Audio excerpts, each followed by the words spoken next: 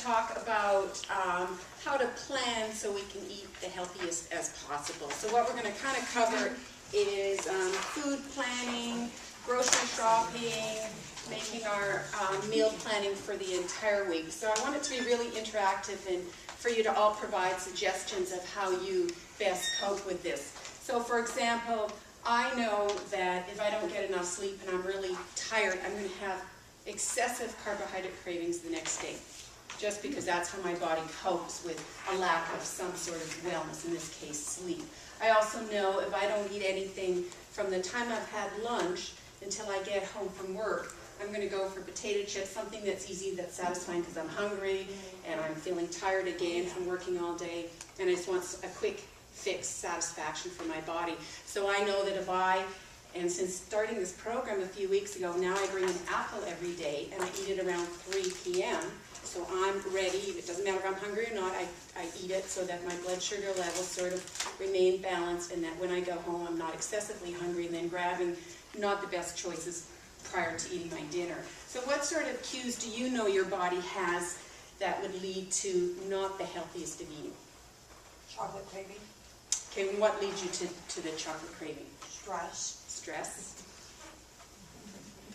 Anybody else? You bring in food all the time. Yeah.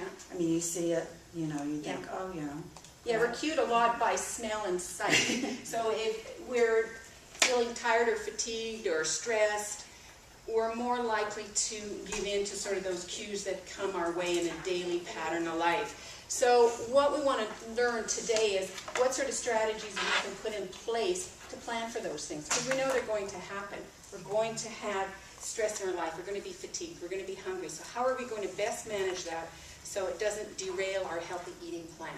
So that's kind of the purpose of the chat today. So first off, what's recommended is planning ahead.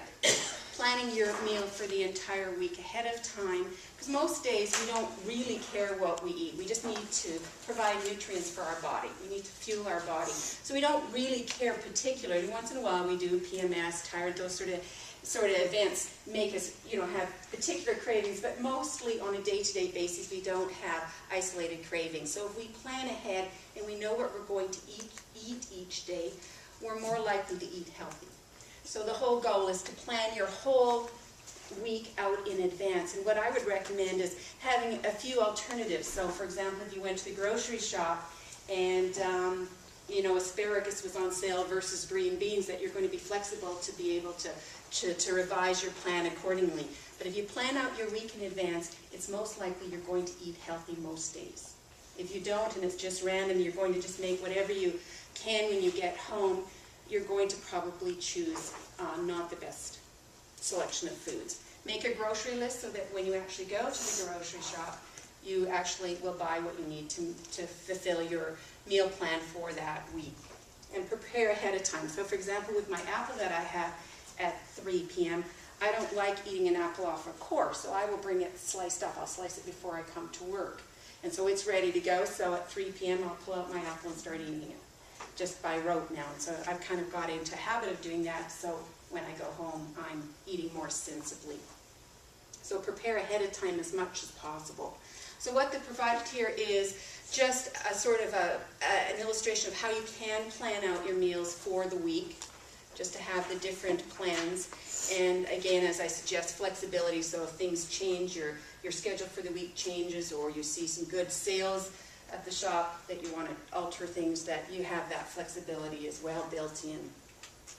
And here we all know that to really know what we're eating, we need to write it down, to really kind of determine how much of things we're eating. Just to say we had a ham sandwich, it isn't adequate, because did you put 1 teaspoon of mayo on that? Did you put 1 tablespoon? Did you put cheese or not? Did you use whole wheat bread or white bread? So there's lots of variations. So for the first little while when you're planning how to eat the healthiest, it's really a good idea to write down in detail what you're actually eating, so you can see where you might be able to make healthier choices and make changes to your nutrition.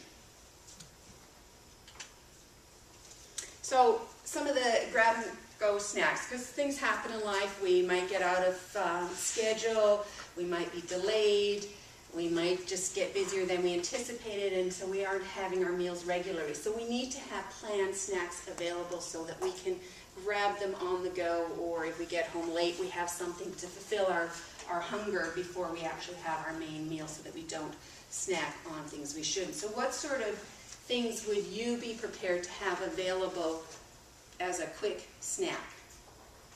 Fiber one bars. That's good. Yeah, the protein bars and those fiber bars are excellent sources of protein and fiber, which are good snacks. Almonds. Almonds, yeah, nuts are a very good source of protein. I like the little vegetable packs that Straight A has, but also doing some of that yourself, or just a red pepper or a yellow pepper. And what I do now is I carry granola bars with me.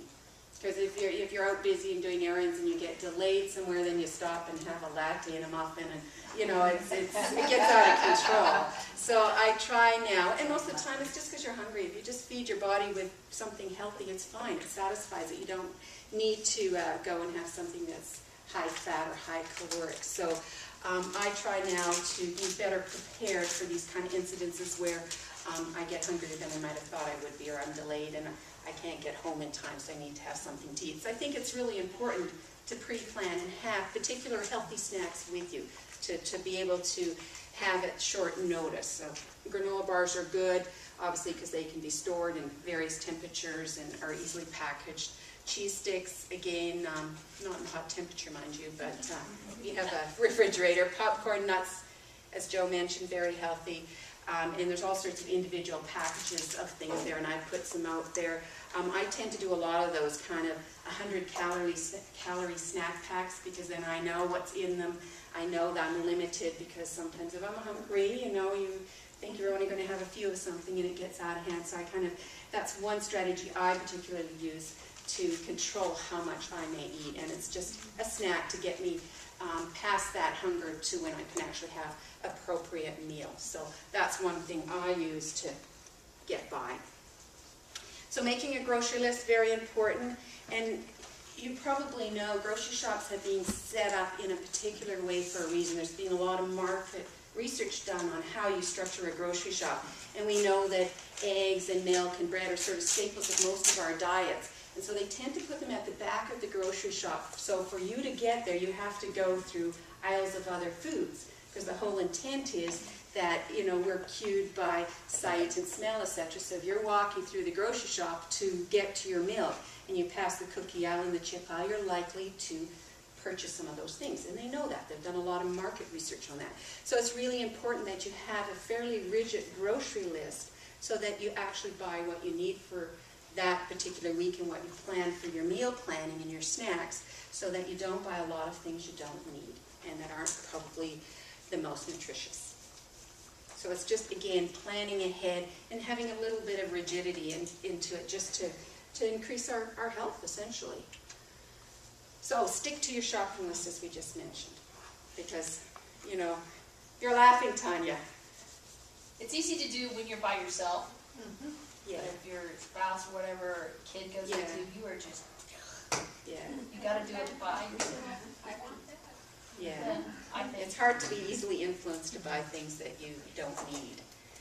And don't shop when you're hungry, a very bad no-no. If you shop when you're hungry, you're likely to pick up more carbohydrate-type foods, things that are more satisfying, buy more than you actually need, because your body's triggering you that it needs to eat and it needs food, so you end up buying an excessive amount of things you don't need. And you spend a lot of money.